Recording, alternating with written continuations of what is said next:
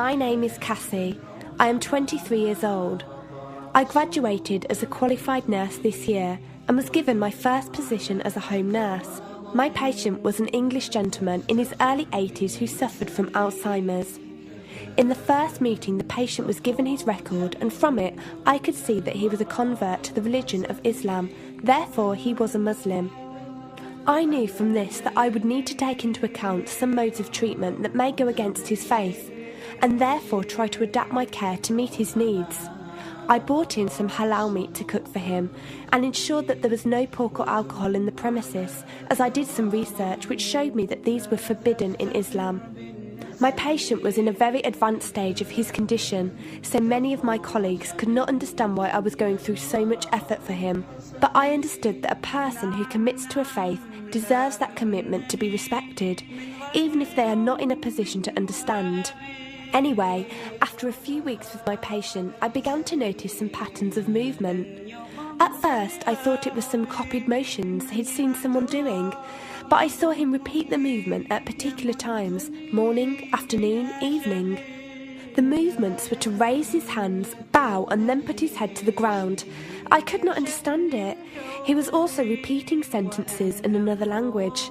I couldn't figure out what language it was, as his speech was slurred, but I know the same verses were repeated daily. Also, there was something strange. He didn't allow me to feed him with my left hand. Somehow I knew this linked to his religion, but didn't know how. One of my colleagues told me about Paltalk as a place for debates and discussions.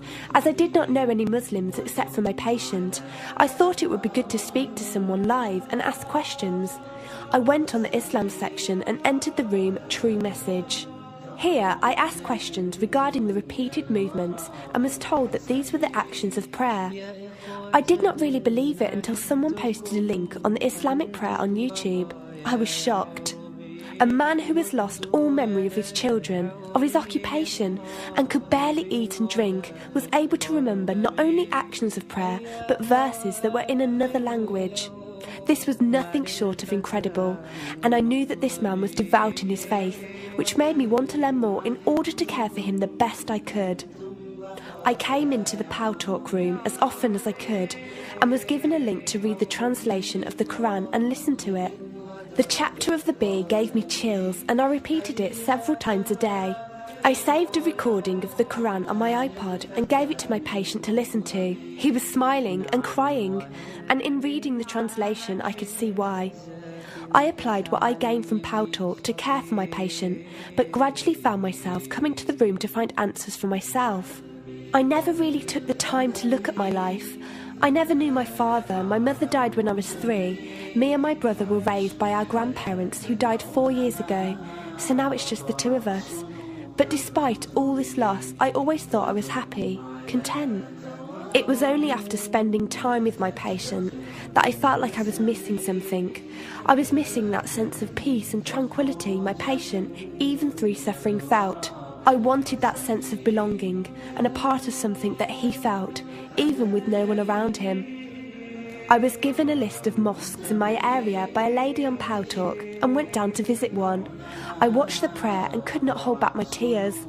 I felt drawn to the mosque every day, and the imam and his wife would give me books and tapes to welcome any questions I had. Every question I asked at the mosque and on Paltalk was answered with such clarity and depth that could do nothing but accept them. I have never practiced a faith, but always believed that there was a God. I just did not know how to worship him. One evening I came onto Paltalk, and one of the speakers on the mic addressed me. He asked me if I have any questions. I said no. He asked if I was happy with the answers I was given. I said yes. He then asked what was stopping. No. He asked if I was happy with the answers I was given. I said yes. He then asked what was stopping me accepting Islam. I could not answer. I went to the mosque to watch the dawn prayer. The imam asked me the same question. I could not answer.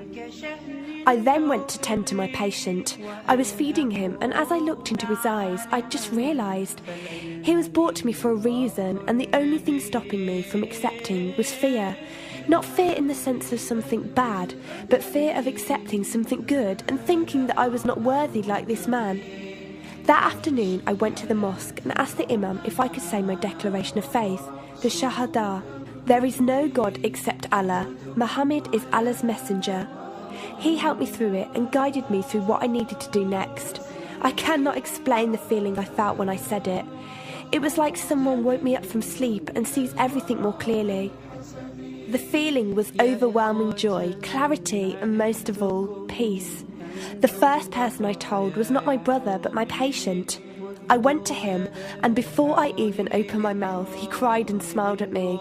I broke down in front of him. I owed him so much. I came home and logged onto Paltalk and repeated the Shahada for the room. They all helped me so much, and even though I had never seen a single one of them, they felt closer to me than my own brother. I did eventually call my brother to tell him, and although he wasn't happy, he supported me and said he would be there. I couldn't ask for any more. After my first week as a Muslim, my patient passed away in his sleep while I was caring for him. Inna lillahi wa inna ilaihi raji'un. He died a peaceful death, and I was the only person with him. He was like the father I never had, and he was my doorway to Islam. From the day of my Shahada to this very day, and for every day for as long as I live, I will pray that Allah shows mercy on him and grant him every good deed I perform in the tenfold. I loved him for the sake of Allah, and I pray each night to become an atom's weight of the Muslim he was. Islam is a religion with an open door. It is there for those who want to enter it. Verily, Allah is the most merciful, most kind.